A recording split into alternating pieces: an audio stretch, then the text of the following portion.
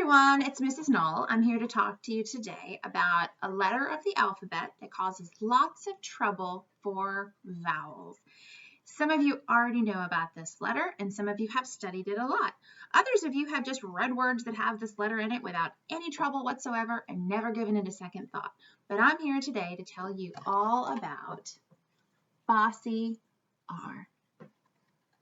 Now, when we're learning about our letters and our sounds, we do learn that R says R.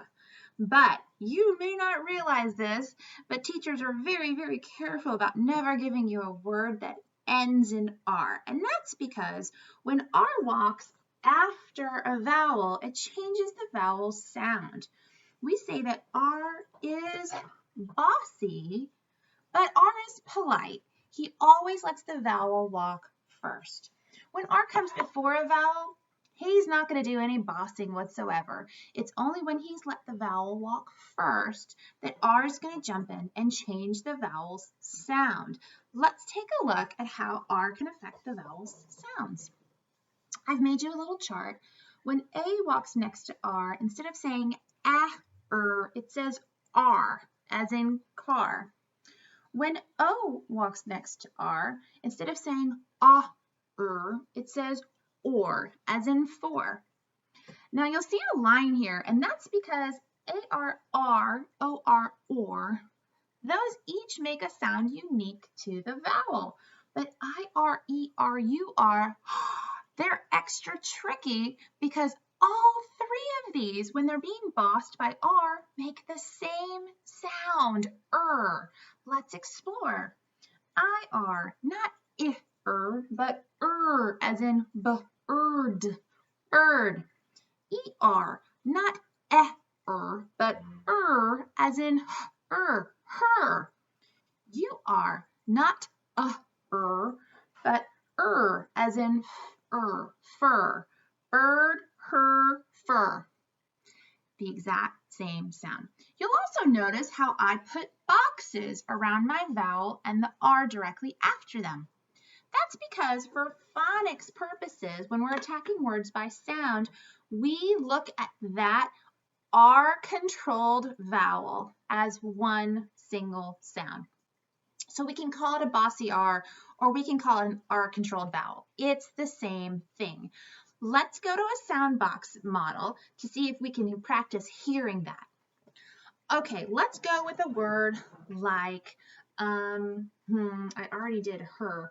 Let's do a word like farm. Now, farm, most of you already know, has 4 letters in it. But if we chunk it by sounds, R, we only have 3 sounds. Let's get those sounds in our sound boxes. F, R, M, R, farm. Great.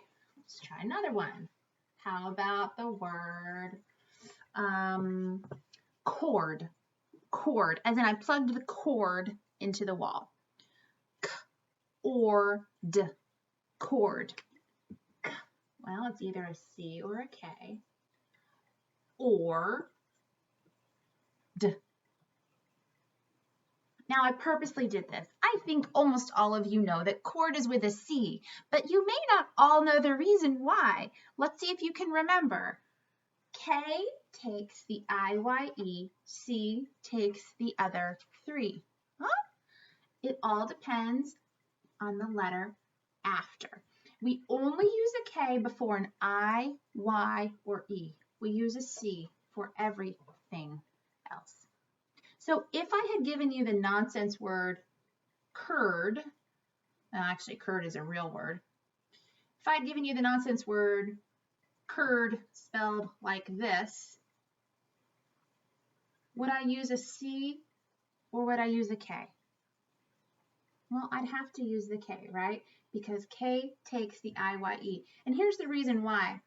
If I didn't use a K here, what is E going to do to a C?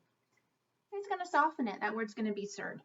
Okay, that's enough of a sidestep. I think this brings up my next really good point, which is in a word like curd, I don't know if I should use I-R-E-R or U-R. And sometimes we can have what are called homophones, two words that sound the same that are actually spelled with different Bossy R patterns. For instance, look at these two words. This is a type of a tree, and this is what an animal has. Two different spellings, fur, fur. They sound alike, but they're spelled differently. Now, usually the reason for why words are spelled like this has to do with word history. We're not getting into all that today. Today, I'm here just to talk to you about the sounds.